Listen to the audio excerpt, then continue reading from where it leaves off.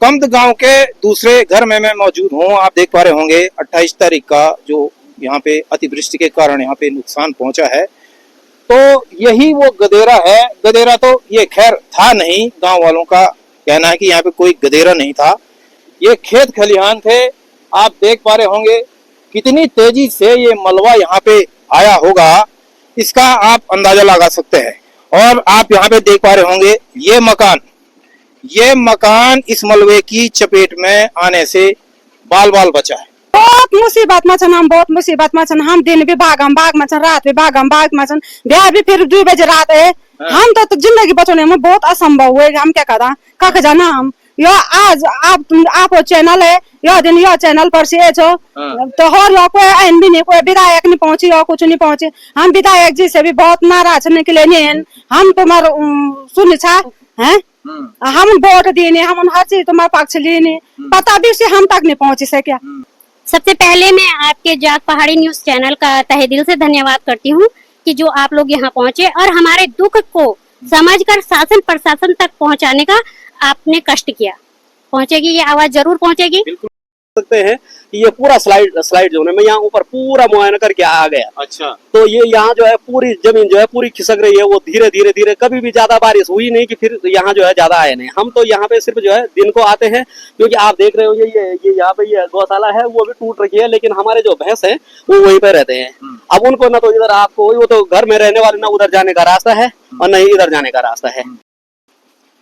कमद गांव में मैं इस समय मौजूद हूँ। कुछ महिलाएं हैं जो आपदा ग्रसित हैं, इनसे जानने की कोशिश करेंगे कि ये किस प्रकार से यहाँ पे जीवन यापन कर रहे हैं। बहन जी आप क्या जी? जगदम्बा भंडारी। अच्छा, हाँ। ये तो बड़ी आपदा है। कनके क्या करने वो देखो तो यहाँ हालात वही की मकान से टूटी रोना लगा ये पुंजन हम है और जो सरकार भी तो कुटियारो दी कक्ष कुटियारा धान है। पहले हम तक रोना ठिंगाना दे दी। हम तो स्वे भोज गौशाला चली, किचन लैट्रिन बाथरूम सारू चली। यमने हम जग दन करना ये यमने मकान के बोल हमार कन के हम पर बच्चा पाना कन के रोना कन के खवाना क्या दी कन पर हम तो है। हम क्या सरकार से ये बोल चाहना कि ये राहत तो चीज पर हम धान कक्ष हम तो कहीं रोने व्यवस्था कर हम तो स्वस्थ ये चीज से हम खुश हैं। बिल्कुल बिल्कुल। अब कमद गांव वालों पे रहने की भी दिक्कत आ चुकी है और पूरा कमद गांव आज खतरे की जद में है और आलम यह है कि किसी भी वक्त अभी भी यहाँ पे रहना खतरे से खाली नहीं है। एक बहन जी हमारे साथ और मौजूद हैं। बहन जी आजकल कन के जिंदगी भी तोड़ना बहुत मुसीबत में हम बहुत मुसीबत में हम दिन भी भागम भाग में रात भी भागम भाग में ब्याह भी फिर 2 बजे रात है। हम तो जिंदगी बचाने में बहुत असंभव हुए। हम क्या करा कख जाना हम यो आज आप चैनल है यो दिन यो चैनल पर से छो तो हर यो कोई आइन भी नहीं, कोई विधायक नहीं पहुंची और कुछ नहीं पहुंचे। हम विधायक जी से भी बहुत नाराज निकले नहीं। हम तुम्हारे सुन छा है हम वोट देने हम हर चीज तुम्हारे पक्ष लेने पता भी से हम तक नहीं पहुंचे से क्या है। तो हम बहुत परेशानी में छो। हमार न रोनो छो न खानो छो, खेती हमारे व्यवसाय है, गाय भैंस हमार दूसरे मकान बचनो। तो जब मेरे साल भीतर आपदा है तो साल पाओ बोड़ी मेरे गाँव का बचन भेड़ गाड़ी से वो है। कोई मेरे का किचन ले जाया, कोई मेरे कखे गाय कखे मेरे भैंस ले जाया है। तो कन का मैं हम तो बहुत मर जाना हम तो ये समय तो दुनिया चित बूझे छो हमारे चित बूझे छो अयो तो हम तो जुड़ने हुए जिंदगी भर परेशान हुए हम कख जाना हम बेटे है जो हम दिहाड़ी मजदूरी घास बेची तेची काटी करी सो तो हम लगे। अब हम कुछ भी नहीं, अब ये बुढ़ापा में क्या करना हम अब तो हम पका भी सके नहीं, मकान भी नहीं कुछ नहीं। लड़का यो विकलांग है कन का क्या बोला हमारे जीवन यापन कन के वो में लड़का है। देखिए वाकई में बहुत विकट समस्या है। आप देख सकते हैं बहन जी जिस लड़के की बात कर रही हैं, देखिए आप ये भाई हमारा यहाँ पे विकलांग है और किस प्रकार से जीवन यापन करेंगे। जीवन का मकान खड़ी ना सुखा सकत ना सुखा मिल सकत है। मैं तो बहुत दुख हूँ, मैं क्या कह दूं कम को दूं मैं है। अच्छा, शासन प्रशासन से क्या निवेदन कर चाह रहा है? शासन प्रशासन से मैं ये उम्मीद कर दूं हम तो एक बेटन का कि दूसरा स्थान पर लेगा हम उनका जाने हम बेटन हम तो दिन भी खतरा से हम रात भी खतरा मोड़ी पाइपलाइन मशीन लगाल तो एज बेटन आप देखा सर जमीन 10 किलो वगैरह हम जान का चाहिए बेटन जो जिंदगी आता हम कुछ भी जुमी नहीं जो जिंदगी भर का मैं तो हम लगे हम उनका जाना हम अब करके मैं भी नहीं सकल 50-55 साल में उम्र है हम उनका जान है क्या कान हम अभी जो जवानी का मैं जैसे सारी हम पीछे हम अच्छा, अब जान अच्छा, का अच्छा बहन जी, हाँ? ये दौरान शासन प्रशासन ना कोई आदमी है बोला पटवारी है बोल तहसीलदार है बोल क्या बोली तू? पटवारी सारे सिस्टम बना के हम 3 परिवार छन हमर सब कुछ अलग अलग छे हमर राशन कार्ड अलग छे हमर खाता खतौनी अलग छे हम 3 मो अलग अलग वया छन से बना तो मर एक इच्छा तो मु आ जावल 3 मो को मु आ जावल तो ये बात जाय जे न जाय छे है कन का बोल हमर सब चीज 3 अलग अलग छे फिर मेरे सासू जी छन बिजली बिल अलग, पानी बिल अलग, सब चीज फिर मेरे सासू जी को कुछ नहीं बेची रात भरा कपड़ा भी नहीं बेचन सिर्फ यहाँ का उधर से बेचे से पर लड़का ससुराल चा जाए दूर ने मेरे यहाँ दूर बच्चा यहाँ बेचा से अगस्त में करे बार उनसा बेचो पाण बुआरे मेरे अगस्त में छ बच्चा ले जाए हैं तो आका घर में हम 2 बोर्ड बुढ़े छा तो ताका उधर से तो हम 2 बोर्ड बुढ़े रात 4 बजे तो भाग्या छा भैंस मेरी हम मुझे गाड़ी भेर मो रात तो जब ये था भयंकर बारिश हुआ मैं भैंस भीतर बानी मैं दरवाजा लगे नहीं सकिन तो हम सुधी भागिन सनी मजन हैं तो जब हम भागे छन तो तब आप भेर हुन्छ भैंस मरी छ भीतर पूरी मकान ते बेने पूरी मकान तक तो मैं सुबह में मेरे गांव का बच्चा है तो उन पा तोरी मैंने पर ना बचा रहूं जा मैंने का खली जा तब गो वरन बोले मेरे साहे पर लोग गाज यो गाज तो 2 किलोमीटर अगले ए चली और भीड़ में अकेला मन कति जाग जाने हैं मैं तो मुसीबत में फंस मैं कद के छो बिल्कुल बिल्कुल मकान हो पाए न जन कब तक रोल हम लोग का मकान हो पाए हैं हम सरकार से ये दरख्वास्त करता कि हम तो जल्दी से जल्दी कच्ची न्याय थी कच्ची जगह थी हम तो विस्थापन चाहनो हम तो लोग का मकान हो जो राशन दियोने बीच हम मकान में को हमर भीतर हो बर्बाद हो गया लोग का भीतर को धन हम सरकार आज कोई भी संस्था कोई भी विभाग कोई भी सरकार 5 किलो राशन 5 किलो चावल देल भला तो हम तो कुत्ता भी नहीं पूछने हैं कहीं पूछो भला जब हमार मकान नहीं हमारे खेती बाड़ी नहीं हमारे गाज पाती नहीं सब व्यवसाय हमारे खत्म हुए कहीं पूछो हम रमन जान का हम जान का मुझे सुधले 5 लाख सो कना वाले तो 5 लाख में 3 परिवार में बांटा तो 1 लाख 1.5 लाख 2 लाख में क्या करन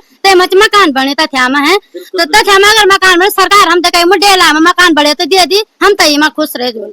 अच्छा, यहाँ पे एक दूसरा ही एक मुद्दा ही बोलो मैं इसको, राशन कार्ड अलग, बिजली का बिल अलग, परिवार अलग थी, चार परिवार अलग, पानी का बिल अलग और मुआवजा एक है, यानी मुआवजा एक। हाँ ऐसे बोल रहे हैं, मुआवजा एक यानी बना मुआवजा एक मिलेगा। और ये मैं नहीं कह रहा हूँ साहब, ये देख लीजिए, ये कमद गांव की महिलाएं कह रही हैं कि जो अधिकारी यहाँ पे आ रहे हैं, अब होता ही है गढ़वाल में एक वोट भी हमसे एक लोग, हाँ पूरे परिवार से क्यों वोट मांग रहे हैं? हम एक ही देंगे, वोट भी हम सिर्फ एक आदमी देगा जिसके नाम यहाँ परिवार में 13 आदमी है। जब ये बात रखी जा रही है कि एक छत से एक ही मुआवजा मिलेगा, तो फिर हमें एक छत में एक ही बिजली का बिल क्यों नहीं दे रहे हैं? पानी का बिल एक ही क्यों नहीं मिल रहा है? वो क्यों अलग अलग परिवार के उसके थ्रू दिए जा रहे हैं? एक ही दो ना, मत दो अलग अलग।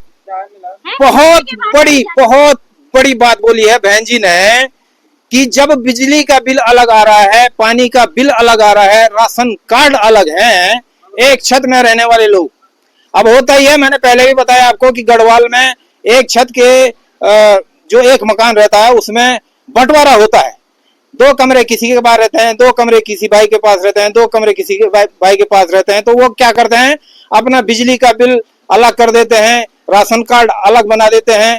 और प्रशासन का ये कहना या प्रशासन के जो अधिकारी यहाँ पे आ रहे हैं उनका ये कहना कि एक छत है तो मुआवजा भी एक ही को मिलेगा।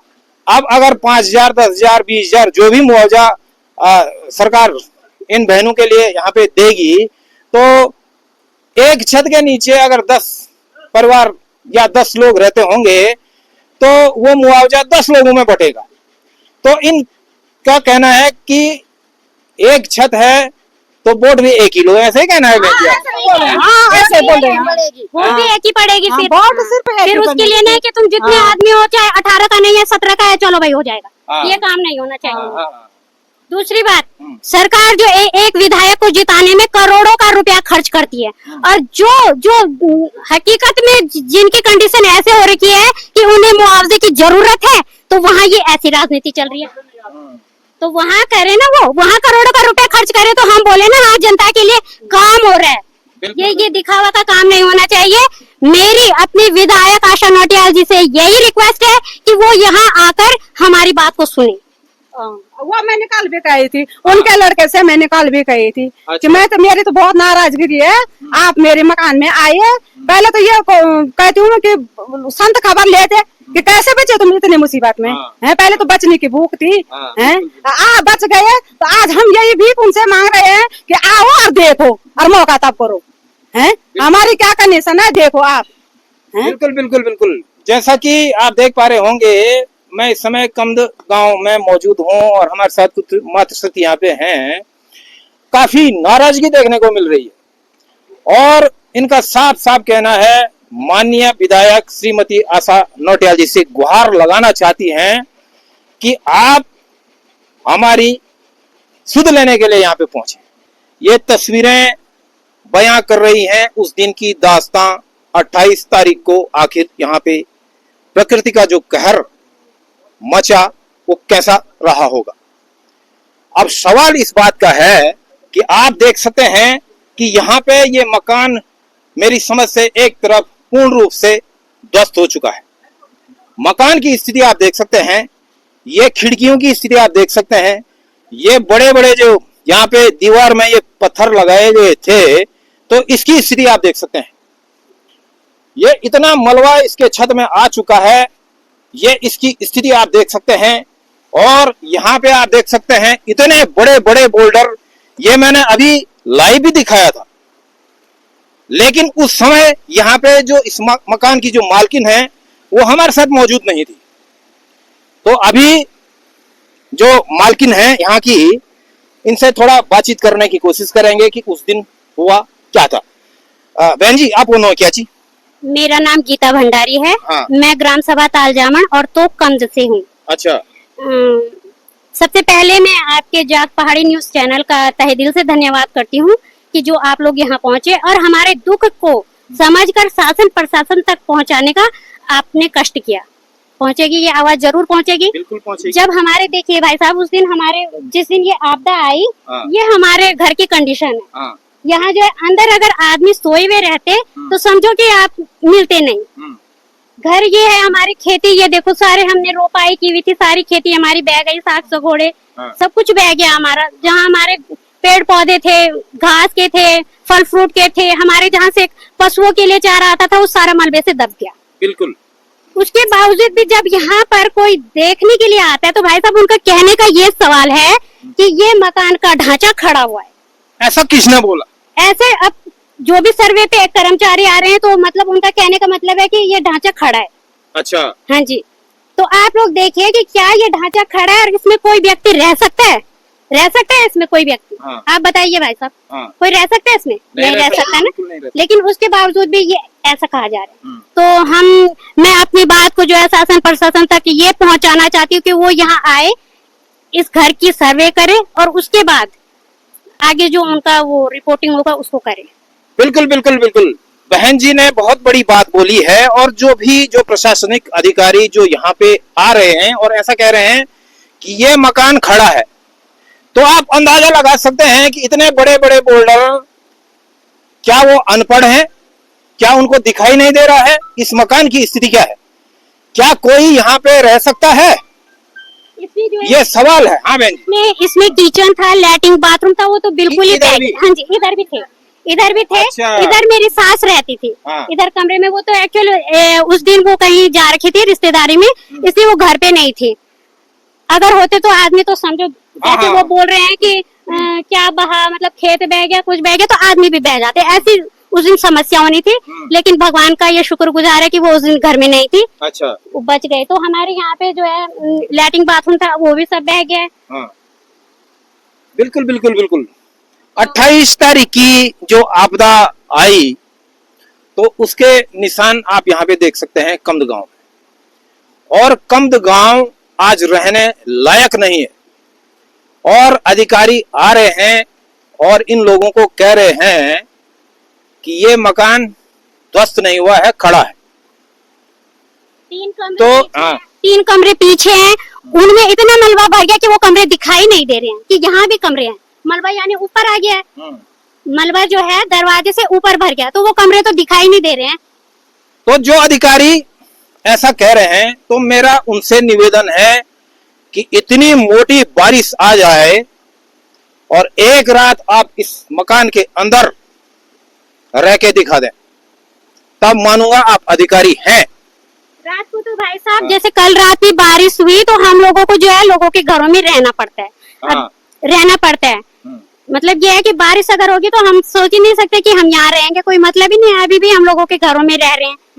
तो ये चीज है कि अच्छा, शासन प्रशासन से ऐसी विकट स्थिति में आप क्या गुहार लगाना चाहेंगे? मेरे तो यही गुहार होगी कि एक बार वैसे मैं चाहती हूँ कि हमने जो अपने विधायक आशा नौटियाल जी को हमने जो है, चाहे जेंट्स उनके खिलाफ रहे हो, लेकिन लेडीज जो है हम जो है मोदी जी और योगी जी उन्हीं के, हमें ये है कि हमने चलो बीजेपी को देखा है, ठीक है। मैं चाहती हूँ हमारे विधायक यहाँ आए, मेरी यही गुहार है कि हमारे विधायक यहाँ आए और उन्होंने हमारी आवाज को सुने। वो मेरी यही रिक्वेस्ट है, एक बार वो विधायक यहाँ आए हमारे।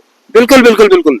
जैसा कि आप देख पा रहे होंगे, बहन जी माननीय विधायक जो हमारी केदारनाथ विधानसभा क्षेत्र की हैं, श्रीमती आशा नौटियाल जी से गुहार लगाना चाहती हैं कि वो एक बार कमद गांव का दौरा जरूर करें। यहाँ पे एक बड़ी जीवी हम मौजूद छी नमदगड़ी बड़ी यो तुम्हार मकान छी? मकान लड़को छन् वो है ना पर हमारी मकान है ना। मेरे 3 लड़का छन् नि, 3 लोग को मकान बिल्कुल खत्म छ। बिल्कुल खत्म। बिल्कुल खत्म। आ तुम दियो का जो हम जूर छन् बना जो कण कि भीतर ये कुछ बिस्तर दबिया वाला बग्या वाला जुको हम जाना भी नहीं देता। तुम आजकल रोना कुछ रोण मतलब लोकारियो पुन्छ अपडो रायो पुन्छ। अच्छा अच्छा लुगरियो। हां लोकारियो। तुम्हारा लड़का लड़का भी ये कि मो गई हसन त पोर। अच्छा। तो देखिए ऐसा है कमद गांव में जो त्रासदी हुई उसका एक जीता जागता उदाहरण है ये मकान। अभी और जगह जाने की भी कोशिश हम करेंगे, वहां से भी आपको तस्वीरें दिखाने का प्रयास करेंगे कि उस दिन की जो आपदा आई थी उसका क्या प्रभाव है और आज जो ग्रामीण यहाँ पे निवास कर रहे हैं, जो इन टूटे फूटे जो मकानों में रहने को मजबूर हैं, ये किस प्रकार से यहाँ पे जीवन यापन कर रहे होंगे। हाँ बहन जी। यहाँ पर भाई साहब जो 9-10 परिवार हैं वो सब संकट में हैं और वो सब दूसरे घरों में रहते हैं। यहाँ पर जितने भी परिवार हैं कोई भी अपने घर में नहीं रह रहा है। तो मैं जो है सब लोगों की तरफ से अपनी विधायक आशा नौटियाल जी से ये रिक्वेस्ट करती हूँ कि वो एक बार यहाँ आए और हमारी बात को सुने। कमद गांव के दूसरे घर में मैं मौजूद हूँ। आप देख पा रहे होंगे 28 तारीख का जो यहाँ पे अतिवृष्टि के कारण यहाँ पे नुकसान पहुंचा है, तो यही वो गदेरा है। गदेरा तो ये खैर था नहीं, गांव वालों का कहना है कि यहाँ पे कोई गदेरा नहीं था, ये खेत खलिहान थे। आप देख पा रहे होंगे कितनी तेजी से ये मलबा यहाँ पे आया होगा, इसका आप अंदाजा लगा सकते हैं।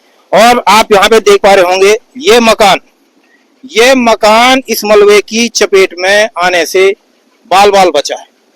तो इस मकान के जो मालिक हैं वो हमारे साथ यहाँ पे मौजूद हैं, थोड़ा बातचीत कर लेते हैं। भाई साहब क्या नाम है आपका? जी मेरा नाम भरत सिंह भंडारी है। अच्छा, तो 28 तारीख सुबह जब ये मलबा यहाँ पे आया तो आप इसी मकान के अंदर थे? जी हम इसी मकान के अंदर थे। वो ऐसा हुआ कि यहाँ इतना भयंकर आया जो कभी हमने सोचा भी नहीं था। यहाँ तो ये पूरे खेत थे, इधर से उधर तक जो है खेत थे और बीच में एक हल्की सी कूल जिसे कहते हैं वो थी, जैसे जो आम सामान्य तो हर खेतों में रहती है। तो ऐसा किसी को अनुमान ही नहीं था। अगर ऐसा पहले से होता तो लोग हम बनाते ही क्यों यहाँ पे। तो हम यहाँ पे 3 परिवार रहते हैं यहाँ पे। ये पूरा मकान था। और इस मकान के जब रात को ये आया 4:30 बजे, तो वैसे यहाँ से जो है बारिश ज्यादा होने बैठ गई, तो भैया और माँ जी वो बाहर आए, उन्होंने कहा सो मत, बाहर आ जाओ, यहाँ बारिश बहुत ज्यादा। तो वो भैया उठ के जो है छत में गए, उन्होंने देखा यहाँ ऊपर से बहुत भयंकर शब्द हो रहा है, माने ये पत्थरों का गिरने का वो सब जो है बहुत भयंकर स्थिति से जो है। तो तब जो है कि जैसे तैसे करके सेकंड नहीं लगा, सबको बच्चों को फट के बाहर निकाला, दरवाजे ऐसे छोड़ के उधर की तरफ भागे, दूसरी जगह गए, तो तब जाके जैसे तैसे करके अपने जान बचाई। बाकी यहाँ की जो स्थिति है, यहाँ पे शासन प्रशासन वाले भी आए थे, बाकी डीएम हो गया, विधायिका हो गया, वो स्कूल तक आए हैं। उनको नॉर्मली ये लगता है क्योंकि यहाँ से जो जब ये उत्पन्न तो यही से हुआ और यहाँ से नीचे गया, वो बगड़ नाम के तोक में वहां गया, और वहां से जो है कुछ लोग जो है वो वहां ले रखे, उन्होंने शरण स्कूल में, तो सबको ऐसा ही पता है।